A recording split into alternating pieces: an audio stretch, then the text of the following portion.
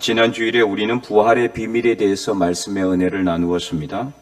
이 세상은 엔트로피 법칙에 의해서 모든 것이 썩어지고 사라지고 멸망하는 길로 가지만 예수님께서는 이러한 세상의 법칙을 완전히 깨시고 죽음에서 살아나셨다라고 말씀을 드렸습니다. 그래서 예수님을 모르는 세상 사람들은 약하고 욕된 삶 속에서 수고와 슬픔밖에 없는 삶을 살지만 우리 믿음의 사람들은 이 엔트로피 법칙을 완전히 깨어버린 예수 그리스도의 부활의 능력에 힘입어 이 세상을 영유하는 삶을 살아야 함을 오늘 본문은 말씀하고 있습니다. 그러므로 오늘 말씀을 통해서 진정으로 우리가 우리의 삶 속에서 예수 그리스도의 부활의 능력을 경험함으로 이 혼탁하고 거친 세상을 영유하여 믿음으로 승리하는 하나님의 거룩한 백성들이 다 될 수 있기를 간절히 축원드립니다.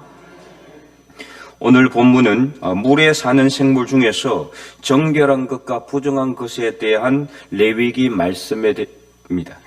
이 레위기 말씀이 딱딱한 율법의 말씀만 있다라고 여러분들이 생각할지 모르지만 오늘 말씀은 우리에게 이 혼탁하고 거친 세상에서 우리가 어떻게 살아야 될지를 영적 메시지를 던져주고 있는 말씀입니다.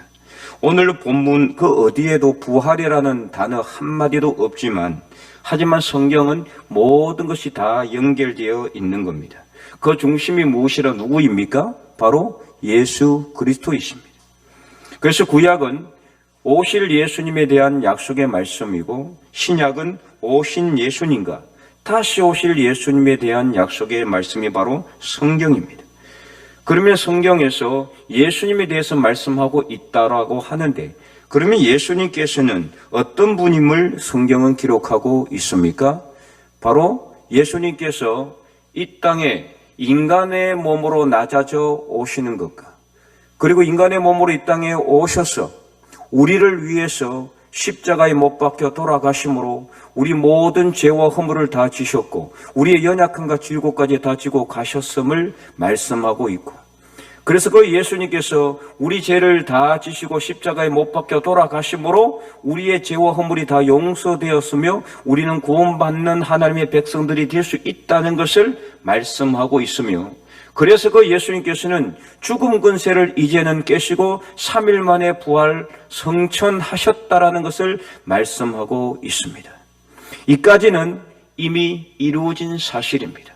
그리고 마지막 성경은 우리에게 무엇을 말씀하고 있습니까?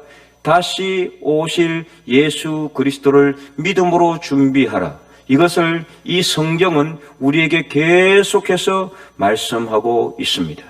그래서 이 땅에 예수님은 이제 심판주로 오실 것입니다. 내일 오실지, 모레 오실지, 한 달 후에 오실지 아무도 모릅니다.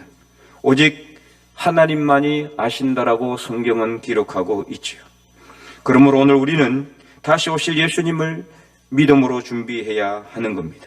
부활의 능력으로 이 혼탁한 세상을 영유하는 삶을 살아야 합니다. 그래서 언제 어떤 상황 가운데서라도 예수님께서 오실 때 예수님 앞에 바로 설 수 있는 저와 여러분이 될 수 있기를 간절히 소망합니다. 그래서 오늘 본문 9절에서 12절에 보면은 수중 생물 중에서 먹을 수 있는 것은 지느러미와 비늘이 있는 것만 먹을 수 있다라고 기록하고 있고요.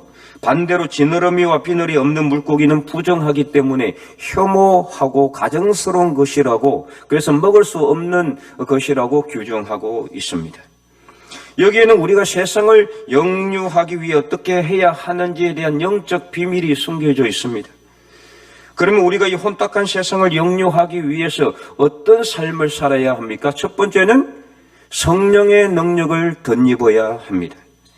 9절에서 10절을 우리 다시 한 번 더 읽어보도록 하겠습니다. 9절과 10절 물에 있는 모든 것 중에서 너희가 먹을 만한 것은 이것이니 강과 바다와 다른 물에 있는 모든 것 중에서 지느러미와 비늘이 있는 것은 너희가 먹되 물에서 움직이는 모든 것과 물에서 사는 모든 것 곧 강과 바다에 있는 것으로서 지느러미와 비늘이 없는 모든 것은 너희에게 가정한 것이라. 아멘. 먼저 이 비늘에 대해서 우리가 살펴보고자 합니다. 물고기의 비늘은 어떤 역할을 할까요?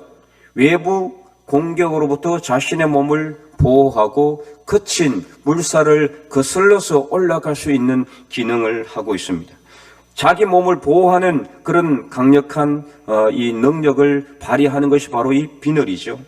영적으로 본다면 바로 우리 몸을 지키고 보호하기 위해서 성령의 능력을 우리가 의지해야 한다는 것을 말하고 있습니다. 성령님의 능력과 성령님의 보호를 의미하는 것이라고 볼 수가 있다라는 거죠. 물고기에게 비늘이 있어야지 거친 물살을 해치고 앞으로 나갈 수 있는 것처럼 성령의 능력과 보호가 우리에게 필요한 것입니다. 그러지 않으면 사탄 마귀의 괴계를 우리가 이길 수가 없다라는 거죠. 그래서 에베소서 6장 11절은 뭐라고 말씀하고 있습니까? 우리 다 함께 한번 읽어볼까요? 마귀의 간계를 능히 대적하기 위하여 하나님의 전신갑주를 입어라. 아멘. 자, 여기서 말하는 하나님의 전신갑주는 무엇일까요? 바로 성령의 능력을 의미하는 것입니다. 그래서 우리는 진리로 허리띠를 띠고 의의 호신경을 우리 가슴에 붙이고, 호신경이란 것은 가슴을 보호하는 그런 장치를 의미하는 거예요.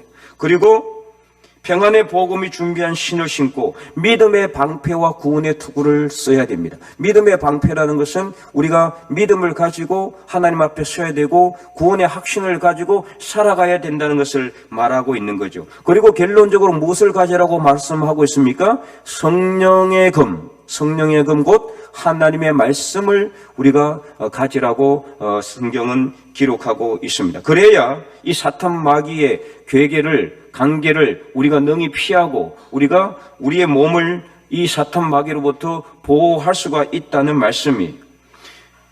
올 한해 우리 교회 표어가 무엇입니까? 성령의 능력이 충만한 교회입니다. 그래서 이 성령의 능력을 우리가 덧입기 위해서는 어떻게 해야 된다고 말씀했습니까? 올 초에 우리가 새해를 여는 새벽 기도회 때 첫 번째 우리가 성령을 사모해야 된다고 말씀을 드렸고요. 두 번째는 함께 모이기를 힘쓰라. 세 번째는 간절히 기도하라. 네 번째는 방향을 돌려 회개하라. 다섯 번째 하나님의 말씀에 집중해라. 그래서 말씀을 읽고 쓰고 묵상하는 일에 우리가 최선을 다하라고 말씀을 드리는 겁니다. 그래서 우리가 지금 계속해서 성경 일독과 필석 운동을 하고 있는 것이 그 이유 때문입니다. 그리고 마지막 여섯 번째는 무엇입니까? 바로 예수 그리스도를 믿는 믿음 안에서 거하라. 진실로 예수님을 믿어라. 우리가 예수님을 믿는다고 말만 하지 말고 우리 삶 속에서 예수님을 믿는 삶의 모습을 보이라는 것입니다. 그렇게 할 때 성령의 능력을 덧입게 될 줄로 믿으시기 바랍니다. 그래서 올 한해 우리 모두가 성령의 두루마리를 입고 성령의 임재를 체험하여 성령의 능력 안에서 이 혼탁한 세상에 승리하는 삶을 살아갈 수 있기를 주님의 이름으로 간절히 축원드립니다. 두 번째는 이 혼탁한 세상을 우리가 역류하기 위해서는 어떻게 해야 되느냐? 강력한 믿음을 소유해야 됩니다. 계시에서 9절에서 10절 말씀을 보면은 이렇게 기록이 되어 있죠. 다시 한번 더 우리 읽어볼까요? 물에 있는 모든 것 중에서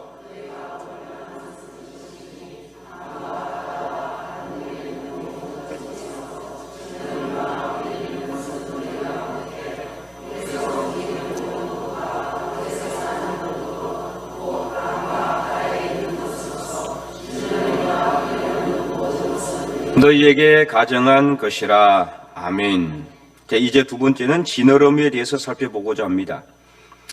하나님께서 왜 지느러미가 있어야 가정한 것이 아니고 먹을 수 있는 정결한 것이라고 규정했느냐? 이 지느러미는 물고기에게서 어떤 역할을 합니까? 거친 물살을 헤치고 앞으로 나아가는 동력을 제공하는 것이 바로 지느러미예요. 그래서 꼬리 지느러미, 등 지느러미, 배 지느러미, 이 세 가지 지느러미가 있는데 이 지느러미가 제대로 역할을 하지 않으면 앞으로 못 나갑니다. 거친 물살을 헤치고 역류하기 위해서는 지느러미가 필수적이라는 거예요. 그리고 또 지느러미는 어떤 역할을 하느냐? 방향을 조정합니다. 그래서 내가 어디로 갈지 가고 싶은 곳으로 가게 하는 것이 바로 지느러미. 다시 말해서 이 지느러미는 영적으로 어떤 말씀이냐? 우리가 믿음을 가지고 앞으로 나아가게 하는 것을 의미하는 거예요.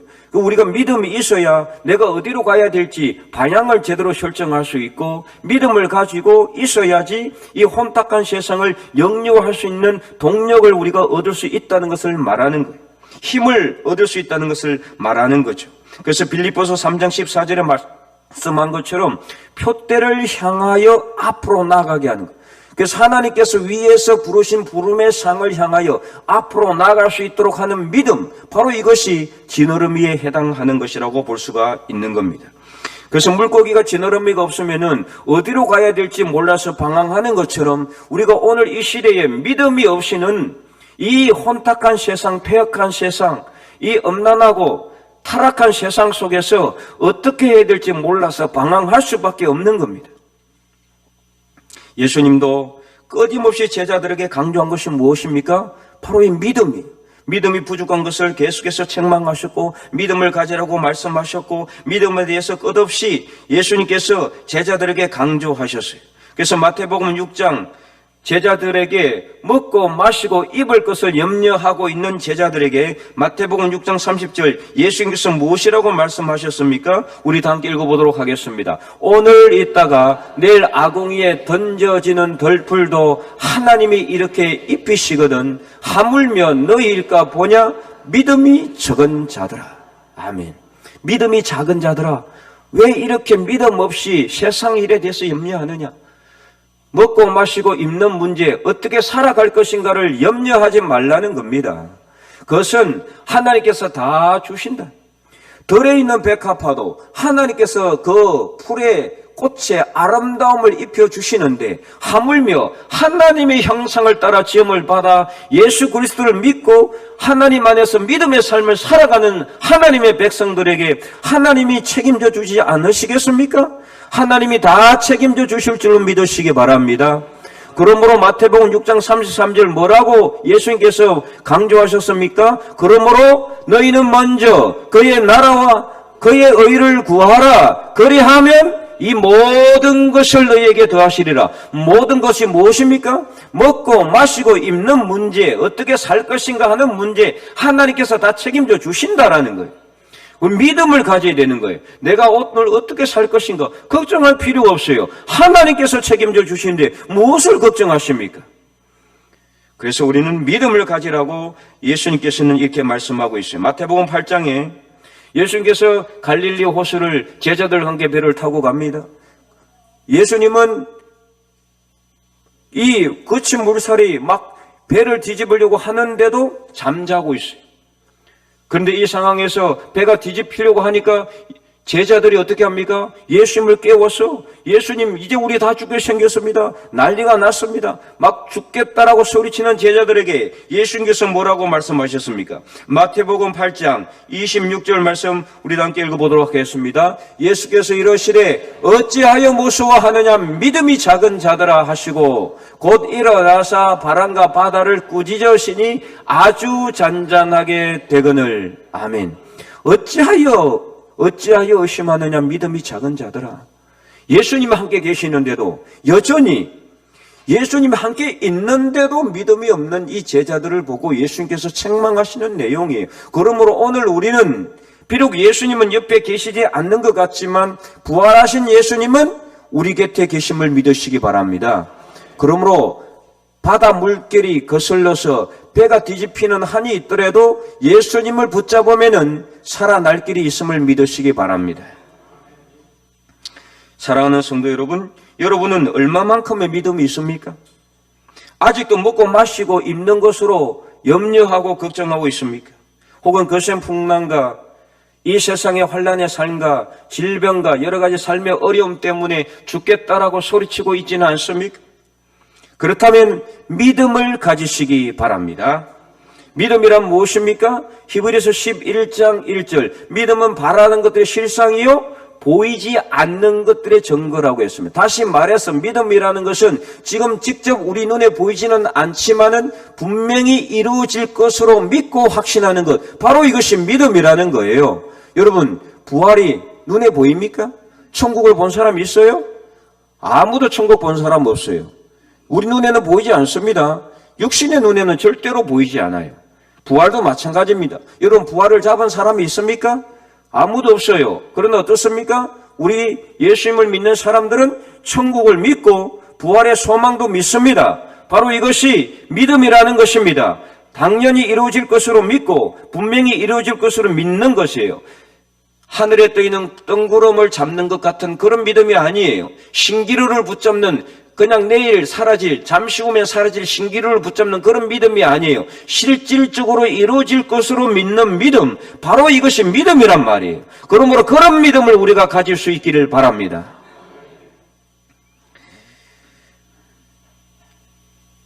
그래서 마태복음 17장에도 예수님은 제자들에게 베나산에 올라가셔서 베드로와 야고보 요한을 데리고 가셔서 변형되신 후에 산을 내려오십니다. 근데 그 사이에 귀신 들린 아들을 어떤 사람이 데리고 와서 다른 제자들에게 고쳐달라고 하니까 그들이 귀신을 쫓아내지 못했어요. 그런 사이에 예수님께서 산에서 내려오셔서 자초지종을 듣고 그 아이를 데리고 오라. 그리고 어떻게 하셨습니까? 귀신을 꾸짖어서 귀신을 쫓아내셨습니다. 그래서 제자들이 나중에 조용히 예수님께 물었어요. 예수님, 도대체 어떻게 해야 됩니까? 우리는 아무리 해도 안 되던데. 그러자 예수님께서 하신 말씀이 무엇입니까? 우리 마태복음 17장 20절 말씀, 우리 큰 목소리 읽어보도록 하겠습니다. 이러시되 너의 믿음이 작은 가닥이니라 진실로 너희에게 이르노니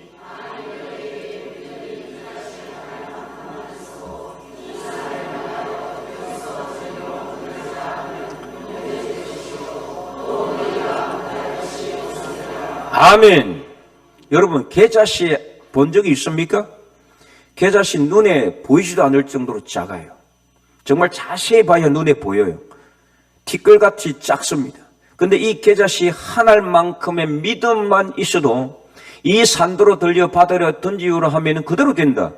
근데 이 믿음이, 그만한 믿음이 없으니 제자들을 꾸짖고 있는 거예요. 오늘 여러분에게는 어떤 믿음이 있습니까? 겨자씨 한 알만큼의 믿음이 있습니까? 그 믿음을 우리가 붙잡고, 믿음이 없다면은 믿음을 달라고 하나님께 기도하시고 예수 그리스도와 내가 함께 있다는 것을 믿으시고 부활하신 예수님을 굳게 붙드시고, 그래서 그 믿음으로 승리하는 삶을 살아갈 수 있기를 바랍니다. 마태복음 21장에도요 예수님께서 지나가시다가 잎만 무성하고 열매가 하나도 없는 무화과 나무를 저주하셨어요. 그러자 무화과 나무가 바로 말라버립니다. 그러자 또 제자들이 묻습니다. 도대체 어떻게 이런 일을 할 수가 있습니까? 그때 예수님께서 역시 무엇이라고 말씀하셨습니까? 마태복음 21장 21절 22절 우리 함께 읽어보도록 하겠습니다. 예수께서 대답하여 이르시되 내가 진실로 너희에게 이르노니 만일 너희가 믿음이 있고 의심하지 아니하면 이 무화과 나무에게 된 이런 일만 할 뿐 아니라 이 산으로 들려 바다에 던져지라 하여도 될 것이요 너희가 기도할 때에 무엇이든지 믿고 구하는 것은 다 받으리라 하시니라. 아멘. 여러분 믿습니까? 믿음이 있어야 돼요. 믿음이 있으면은 산에 있는 뭐든 던져서 바다에 던져지게 될 수도 있다는 거예요. 그리고 믿음을 가지고 기도하면 그대로 이루어진다는 거예요. 여러분, 우리 기도하고 하나님께서 왜 응답하지 않느냐라고 하나님을 의심하거나 원망하지 마시고 여러분에게 믿음이 있는지 점검하시기 바랍니다. 내게 믿음이 있다면은 기도하는 것은 다 받게 돼 있어요. 하나님의 영광을 위해서 내가 믿음을 가지고 기도하면 하나님께서 어찌 주시지 않으시겠습니까? 하나님이 이 세상의 모든 것을 가지고 있는 세상의 주인입니다. 그러므로 하나님께서 아까워서 주지 않겠습니까? 우리에게 믿음이 없기 때문에 못 주는 겁니다. 주지 않는 겁니다. 그러므로 오늘 우리는 믿음을 가지시기 바랍니다. 그래서 히브리서 기자는요, 히브리서 11장 33절 이후에 이러한 믿음의 사람들이 어떤 삶을 살았는지를 소개하고 있어요. 그들은 심한 고문을 받고 조롱을 당하고, 그래서 죽음을 당하고 결박을 당하고 옥에 갇히고 돌에 맞아 죽고 톱에 개이고 칼에 맞아 죽고 유리하고 궁핍함에 환난을 당하고 학대를 받으면서도 죽음을 두려워하지 않았어요. 그래서 이런 사람들은 어떤 사람들이라고 히브리서 기자는 말씀하고 있습니까? 세상이 감당하지 못할 사람들이다. 세상이 감당하지 못할 사람. 세상의 그 어떠한 역경과 환난과 고난과 어떠한 세상의 것도 믿음을 절대로 이길 수 없다. 믿음의 사람이 있으면은 그 믿음을 가지고 앞으로 나아가는 사람에게는 세상의 어떠한 역경과 환난과 고난이 닥쳐와도 무너지지 않는다는 것을 말하는 거예요. 설상 죽음이 다가온다 할지라도 죽음도 불사하는 믿음을 가질 수 있다. 이게 바로 믿음의 힘이에요.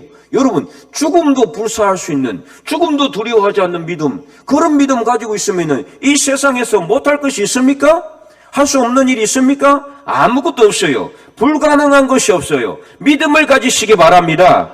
그 믿음을 가지고 있어야 이 혼탁한 세상을 역류하여 앞으로 나갈 수가 있는 거예요. 그 믿음이 없으면은 혼탁하고 폐역한 세상 속에서 여기 치고 넘어지고 저기에 치고 넘어지고 자빠지고 그래서 포기하고 절망하고 실망할 수밖에 없는 거예요. 때로는 그냥 완전히 넘어져서 믿음을 떠나버리는 사람들도 있어요. 왜요? 믿음을 잃어버렸기 때문입니다. 그래서 오늘 우리는 우리에게 과연 얼마만큼의 믿음이 있는지를 점검하시기 바랍니다. 그래서 믿음이 없으면은 회개하여 하나님 앞에 바로 서고 하나님 앞에 믿음을 달라고 간절하게 기도하시기 바랍니다. 믿음이 그냥 생기는 게 아닙니다. 믿음이라는 것은 끝없이 내가 훈련받고 연단받아서 내가 이 세상 삶을 살아갈 때에 하나님이 나와 함께 하시는구나, 그렇구나, 예수님이 지금 나와 함께 계시는구나, 성령께서 나를 도와주시는 것은 이 경험을 통해서 우리가 믿음을 가지는 거예요. 성경 공부한다고 해서 믿음만 생기는 게 아니라 성경 말씀을 듣고 우리가 세상에서 말씀대로 순종하는 삶을 살 때 우리가 세상에 주는 고난을 통해서, 환난을 통해서, 어려움을 통해서 시련을 겪으면서 믿음이 성장하게 되는 거예요. 그래서 그리스도의 장성한 분량이 충만한 데까지 우리 믿음이 성장하게 되는 겁니다. 그때까지 갈 때까지 우리는 이 땅에서 호흡이 끊어지는 그날까지 끝없이 믿음을 훈련받고 연단받아야 됩니다. 그래서 여러분 삶 속에 어려움이 있을 때, 고난이 있을 때 절대로 피하지 마시기 바랍니다. 믿음을 가지고 맞서시기 바랍니다. 마귀의 괴계를, 사탄 마귀의 괴계를 우리가 피하는 게 아니라 우리가 맞서 대적해야 됩니다. 그래서 베드로 사도는 뭐라고 했습니까? 사탄 마귀를 대적하라, 그리하면은 너희를 피하리라. 우리가 대적하지 않으니까 사탄 마귀가 옳구나, 이게 내가 바비로구나, 우리를 공격하는 거예요. 자꾸 피하려고만 하니까 도망만 가지 마세요. 믿음을 가지고 앞서시기 바랍니다. 맞서시기 바랍니다. 아무리 힘든 일이 있어도 믿음을 가지고 딱 서면은 사탄 마귀가 그냥 놀라서 도망가는 거예요. 한 길로 왔다가 7길로 도망가는 그런 일이 분명히 있을 줄로 믿습니다. 우리 질병도 마찬가지예요. 여러분 질병이 있잖아요. 우리 삶에 어려움이 있잖아요. 삶에 문제가 있잖아요. 믿음을 가지고 앞서시면 돼요. 대적하면 되는 거예요. 예수 그리스도의 이름으로. 그래서 나가게 되면은 이 세상을 역류하게 될 줄로 믿으시기 바랍니다. 그래서 믿음을 가지고 앞에 설 때 하나님께서 우리 앞에 나가셔서 우리 앞에 있는 모든 것을 다 무너뜨리게 하는 겁니다. 그러면 우리가 이렇게 성령의 능력, 믿음을 가지고 어디로 가야 됩니까? 바로 본향으로 가야 되는 거죠. 왜 성령의 능력과 믿음을 하나님께서 주셨느냐? 본향으로 가라고. 본향이 어디입니까? 우리가 가야 될 천국입니다. 표대입니다. 사도 바울이 말씀한 것처럼 우리는 표대를 향하여 하나님께서 위에서 부르신 부름의 상을 향하여 달려가는 겁니다. 그래서 뒤를 돌아보면 안 됩니다. 세상에 미련을 두면 안 돼요. 앞을 향해서 우리는 달려가야 됩니다. 끝까지 달려가야 됩니다. 그럴 때 하나님께서 우리와 함께 하시고 동행하시고 능력을 주시고 우리가 가는 길을 하나님께서 열어주실 줄로 믿으시기 바랍니다. 그래서 히브리서 11장 13절에서 16절 이 본향 찾는 사람에 대해서 이렇게 말씀하고 있습니다. 히브리서 11장 13절에서 16절 우리 저와 여러분이 한 절씩 교독해 보도록 하겠습니다. 이 사람들은 다 믿음을 따라 죽었으며 약속을 받지 못하였으되 그것들을 멀리서 보고 환영하며 또 땅에서는 외국인과 나그네임을 정언하였으니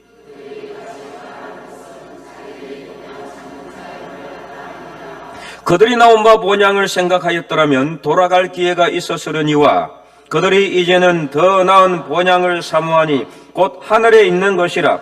이러므로 하나님이 그들의 하나님이라 일컬음 받으심을 부끄러워하지 아니하시고 그들을 위하여 한 성을 예비하셨느니라. 아멘. 그래서 이 사람들은 누구냐? 믿음의 사람들이에요. 그래서 이 믿음의 사람들, 에녹, 아브람, 모세, 다윗, 이런 믿음의 사람들을 쭉 이 히브리서 기자는 소개해냈고, 이 사람들은 죽었단 말이에요. 믿음을 따라 죽었어요. 그러나 그들은 믿음을 따라 죽었으면서도 자기들이 하나님께서 자기들에게 약속하신 거 못 받았습니다. 그렇잖아요? 못 받았어요. 그러나 믿음을 바라보며 본향을 따라가는 그런 삶을 살았기 때문에 하나님이 그들 위해서 하늘에 천국에 성을 예비해 주셨다. 한 성을 예비해 줬다. 야, 이 얼마나 대단한 일입니까, 여러분? 그냥 작은 오두막집도 아니고 큰 성을 예비해 주셨다는 거예요. 오늘 우리도 마찬가지. 우리가 믿음을 따라 믿음을 지키고 믿음 앞에 서면은 하나님께서 나중에 본향, 저 천국에 저와 여러분 위해서 큰 성을 예비하여 주실 줄 믿으시기 바랍니다. 그래서 14절에 말하는 본향, 그들이 이같이 말하는 것은 자기들이 본향 찾는 자임을 나타냅니다. 이 여기서 말하는 14절에 말하는 본향은 천국에 대한 본향을 의미해요.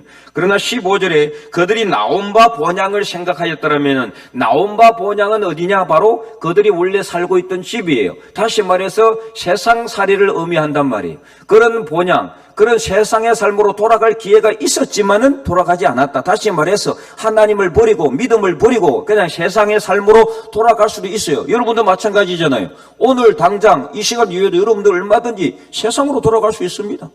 믿음을 저버리고 난 이 삶 살지 않으련다. 뭐 아무리 기다려도 예수님 오지도 않는 것 같고 아무리 믿음을 따라 산다고 해도 별로 좋은 일이 일어나는 것 같지도 않고 그냥 나는 믿음을 버리고 세상을 다시 간다. 그런 본향을 가서는 안 되는 거예요. 세상의 본향이 아니라 더 나은 본향이 있어요. 그래서 15절에 말씀하는 16절에 말하는 더 나은 본향은 어디냐? 바로 14절에 이야기하는 그들이 찾는 본향이란 말이에요. 그래서 여기서 말하는 세 가지 본향이 나오는데 가운데 말하는 본향은 세상의 삶을 의미하고 첫 번째와 세 번째 나온 본향은 바로 천국의 삶을 의미한다. 그럼 우리는 어디로 간다? 천국의 본향을 찾아간다. 우리가 원래 왔던 곳, 하나님께서 우리를 보내셨어요. 그러므로 우리는 하나님께로 돌아가야 돼요. 우리의 육신은 썩어져서 한 줌의 죄가 될지 모르지만 부활하면 새로운 몸으로 부활하여서 하나님이 계신 곳 천국으로 간다 이 말이에요. 거기서 하나님 우리를 위하여서 한 성을 예비해 놓고 있다라는 겁니다. 여러분 희귀성 어류를 알고 있습니까? 물고기가 자신이 태어난 곳으로 가는 그 물고기를 희귀성 어류라고 해요. 가장 대표적인 어류가 어떤 겁니까? 연어입니다. 그리고 우리 울진에도 있죠. 뭡니까? 언어입니다. 언어. 그래서 울진에 무슨 다리가 있어요? 언어 다리가 있잖아요.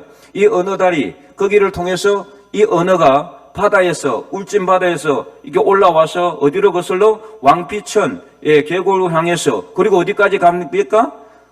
굴구지 마을까지 간다고 합니다. 굴구지. 여러분 그거 몰랐죠? 그래서 거기 길목에 서서 언어 잡으려고 하지 마시기 바랍니다. 이 언어에게 하나님께서 언어를 통해서 얼마나 많은 영적 메시지를 우리에게 던져주느냐. 이 언어는요, 연어도 마찬가지고 다른 물고기는 어때요? 물살을 거슬러 가지 않고 물살을 따라가요. 그래 쉽거든요. 이거는 세상 사람들의 삶입니다. 세상 사는 조류대로 따라가는 거 쉽습니다. 세상 사람들 하는 대로 욕심을 따라, 세상을 따라, 세상 가칭을 따라, 세상 물길 따라가는 거. 이게 바로 세상의 삶이에요. 그러나 언어는 그러지 않습니다. 어디로 갑니까? 물살을 거슬러서 올라가는 거예요. 물살을 거슬러서.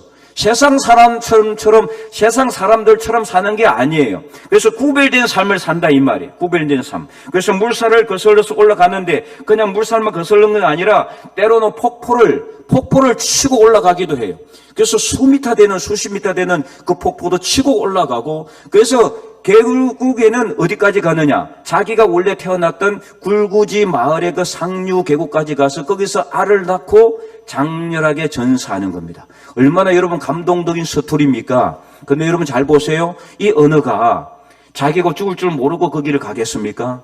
그 죽을 힘을 다해가지고. 근데 대부분은 이 가다가 죽는데요. 잡혀먹고, 그리고 가다가 그냥 너무 힘들어서 죽기도 하고, 그래서 아주 극소수만 거기 가가지고 알을 낳고 죽는데, 그 언어는 어떻습니까? 자기는 죽을 줄 알고 있다는 거죠. 그래서 쉽게 말하면 어떻습니까? 죽기 위해서 가는 겁니다. 그러나 그는 죽기 전에 무엇을 낳습니까? 수많은 알을 낳습니다. 그 알에서 뭐가 태어납니까? 수많은 생명이 잉태되는 거예요. 이것은 무엇을 의미하는 겁니까? 예수 그리스도의 죽음을 의미하는 거예요. 이 언어를 보면서 우리는 무엇을 알 수 있느냐? 나 한 사람의 죽음을 통해서 수많은 생명이 태어날 수가 있대요. 내가 죽어야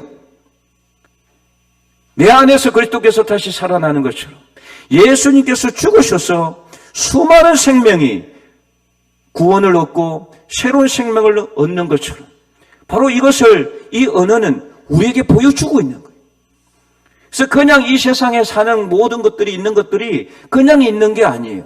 하나님이 이 언어 한 마리를 통해서 우리 식탁에 횟감으로 올려질 수밖에 없는 이 언어 한 마리를 통해서도 우리가 이 혼탁한 세상에서 어떤 삶을 살아야 될 것인가를 말해주고 있다는 겁니다.